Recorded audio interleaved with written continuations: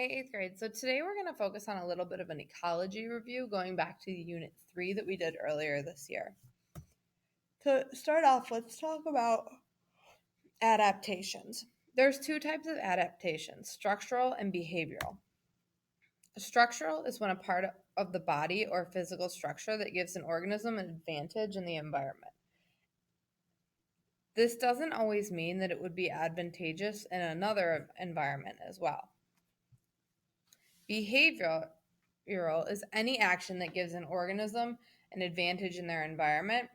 And there's two different types. There's learned and there's instinctive behavior. Learned behavior is an action that an organism had to be taught. It was not born knowing to do this. So something that its mother or the community it lives in of organisms taught it. Instinctive is an action that an organism is born with the ability to do. Let's move on to talk about abiotic and biotic factors in an environment. So biotic factors are all living things in a system. And abiotic are all non-living in an ecosystem. So biotic would be any plants or animals. And abiotic would be something like rocks or dirt. And when we talk about these ecosystems, an ecosystem is one of the levels of organization. So we go from organism or an individual to a population or multiple of the same type of individual, a community, which is all the types of organisms living in an area, the ecosystem, the biome, and the biosphere. An organism is just, like we said, an individual living thing. The population is a group of the same species of organisms. The community is all populations of living organisms in one area.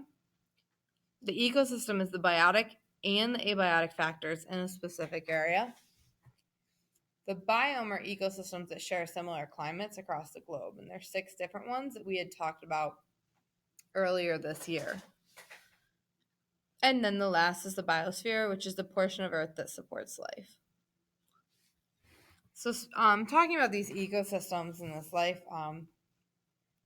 we like to use something called a food web to show who is eating whom within these ecosystems. And all ecosystems require a continuous energy input from the sun. So all energy starts with sun energy in the food web. And we already know that plants convert sunlight into food through a process called photosynthesis. The arrows show the flow of energy from something being eaten to whatever is eating it. So for instance, if you look at this plant, it has this antelope type organism eating this plant, or you have the skunk eating the bird. So it shows the flow of energy. You can use them to predict what will happen when we introduce or take away a species from an ecosystem. So again, it shows the flow of energy through an ecosystem. A decrease in prey would cause a decrease in the amount of predators. So if you notice a decrease in something like the rabbit, you might notice a decrease in the hawk population as well.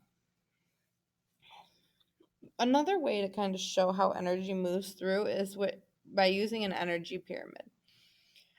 This shows how energy moves through different levels of organisms, starting with producer at the bottom, primary consumer, herbivores middle, and then secondary and top consumers. Organisms give off most of the energy that they carry through heat, and only about 10% is moved on to the next level. So if you had 100 grams of energy, let's say, or calories of energy at the producer level, when you move up to the primary consumer, the herbivore, they would only get 10% of that, which is about 10 kilocalories. The autotrophs and the producers that create their own energy have the most energy. So if you look at this as you go up, there's decreasing amounts of energy. And this again shows 100% of energy from the producers, 10% going to the primary consumers, 1% because it's 10% of this 10, and then 0.1% to the tertiary consumers or the top consumers. So we have the producers, like the plants and the autotrophs, the primary, like herbivores, the secondary, and the tertiary. As you go up this pyramid, you go from 100 to 10 to 1, going up the entire pyramid, you'll continue to lose or only move 10% of that energy. How much energy is passed to each trophic level? 10%. What types of organisms are on the bottom level? Primary producers or autotrophs. What level produces its own energy? First level. What process does this level use to create energy? Photosynthesis. How is the most energy lost through the trophic levels? Heat. Name the environmental role for the following. Primary producer, autotroph.